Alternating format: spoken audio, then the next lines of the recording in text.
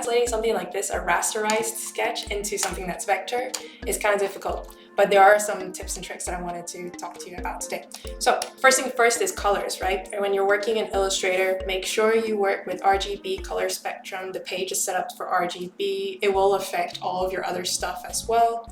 For this particular project, it was just that it was a little bit too desaturated. So if you pop up the saturation and use like client brand colors, you can immediately see like it just pops on the screen as well.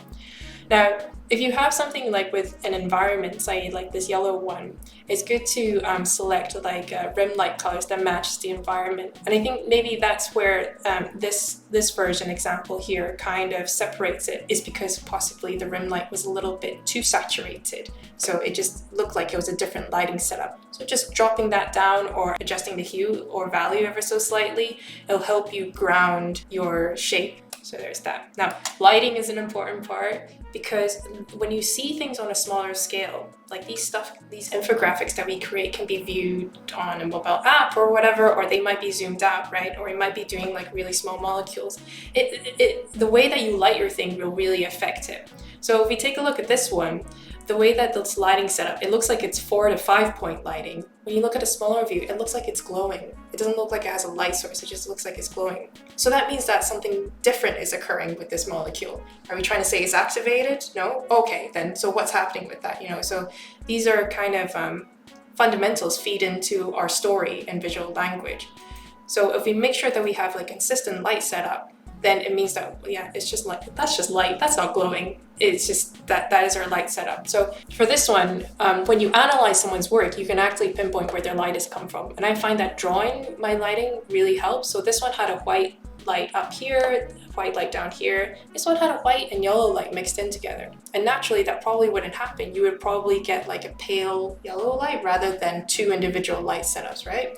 So because light bleeds like colors and everything. And then you have the yellow light here. So that 4 to 5 light setup contributed to this looking like it was glowing. But if you keep it simple and just have like the usual white light from the top left or white light from the top right, then it makes things a lot easier for you for carving out your stuff. So we can use rim lights to kind of pull out features and add that kind of sense of realism, even though the illustrations are vectorized and cartoony and stuff like that. We can also use rim lights to pull out certain parts of our molecule or a figure to highlight them. So say like you wanted to pull out this arm of the molecule, that's a docking site. Add in a little bit of a reflective rim light there, and immediately that pops out from the center and stuff. So you can use that as like an artistic tool to pull focus to certain areas. So step by step on how you can draw this then.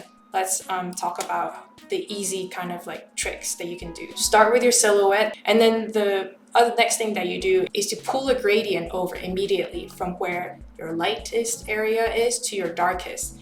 And already if you zoom out, you'll see that, oh, there is shape and form. I know where my light is coming from. And then from there, that will help you dictate the rest of the stuff as you carve out. Then once you've done that, you add in, your detail lines and stuff like that.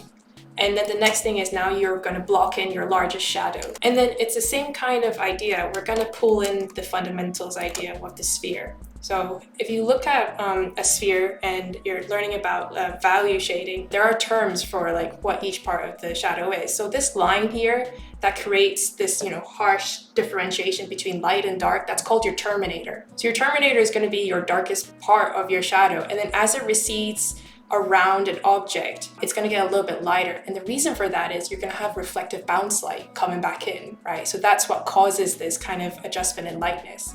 And if you look at traditional like figure drawing artists, whenever they're like blocking out shadows, you'll notice, and Proko's example here, he'll have this really dark terminator, and then all of a sudden he'll lighten it up. And then that gives the illusion of bounce light coming in from his ribcage here underneath his pectoralis, his little boob there, right? So that is a really like quick trick that you can use, is like, okay, I know where my terminator line is, I've blocked that out, dark, and then just suddenly just like make it a little bit lighter as it recedes away.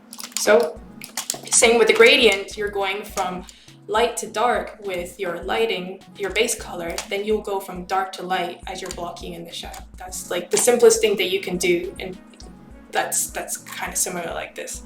Then you've established your core shadows. Now you can work on the shadows in the lighter areas. Because it's a 3D shape, you want to start carving out stuff. But know that the kind of values in the light area should never be as dark as the values in your darkest area. You know what I mean? So that way you'll always still maintain that this is your lightest area, this is your darkest area, okay?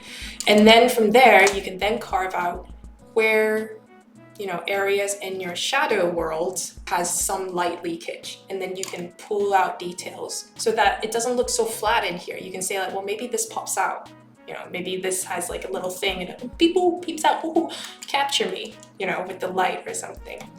After this, it's all about carving. You're basically carving a three-dimensional shape here. You're trying to see and imagine planes and stuff. By doing that and keeping it soft and, you know, like using gradients, you can really get a good effect going.